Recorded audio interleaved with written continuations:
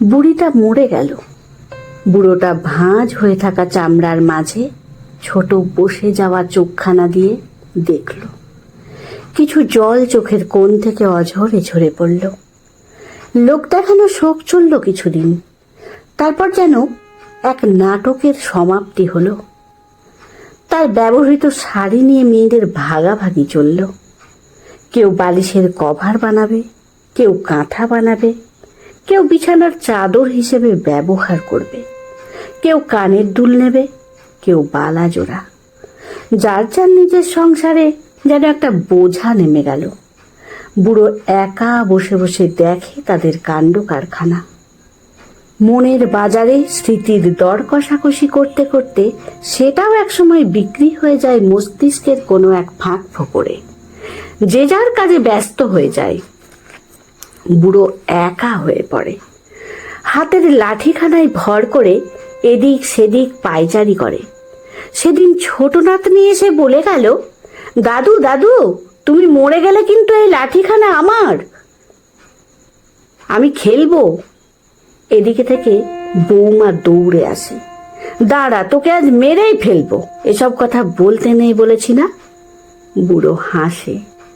যে বৌমার এত শাসন, সেও গোপনে প্রতিবেশীর কাছে গল্প করে। বুড়োটার খালি কষ্ট, মরে গেলে বাঁচে।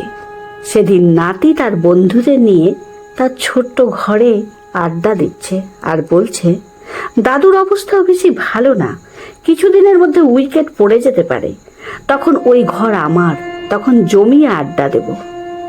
বুড়ো শুধু আকাশের দিকে তাকিয়ে দীর্ঘশ্বাস ছাড়ে। দুই ছেলের মাঝে তো প্রায় দিন ঝগড়া লেগেই থাকে। বুড়ো কার কাছে কদিন খাবে এই নিয়ে। বুড়োটা আজ কারো বাবা নয়, আজ কারো শ্বশুর নয়, কারো দাদু নয়, সে আজ শুধুই এক বোঝা। আজ বুড়োর জন্মদিন। গত বছর বুড়িটা বেঁচে ছিল, তাও একটু পায়েস রেঁধে খাইয়েছিল। আজ সারাটা দিন চলে গেল, কেউ কিছুই বলল না। কি বা বলবে? যার মৃত্যুর জন্য সকলে মুখিয়ে আছে, কি বা দরকার তাকে সেই জন্মের কথা মনে করিয়ে দেওয়ার? অথচ কিছুদিন আগে কত লোক খাইয়ে নাতনির জন্মদিন পালন করা হলো। বুড়োর হিসাবটা জমা পড়ে আছে, কারণ তার মৃত্যুর পরেও তো অনেক মানুষকে খাওয়াতে হবে। সেখানেও দুই ভাইয়ের ঝগড়া হবে খরচ করা নিয়ে। বুড়িটার বেলাতেও তো তাই হয়েছিল। বুড়ো ভাবে, কিসের এ জীবন, কাদের জন্য এত কিছু? বুড়ো চশমাটা চোখ থেকে একটু মুছে নেয়। কেমন যেন ঝাপসা হয়ে যাচ্ছে। আকাশের দিকে তাকিয়ে বুড়ো একটা দীর্ঘশ্বাস ছাড়ল আর মনে মনে এটাই বলল, পৃথিবীর সমগ্র বাবা যেন বাবা হয়ে বাঁচে, বোঝা হয়ে নয়।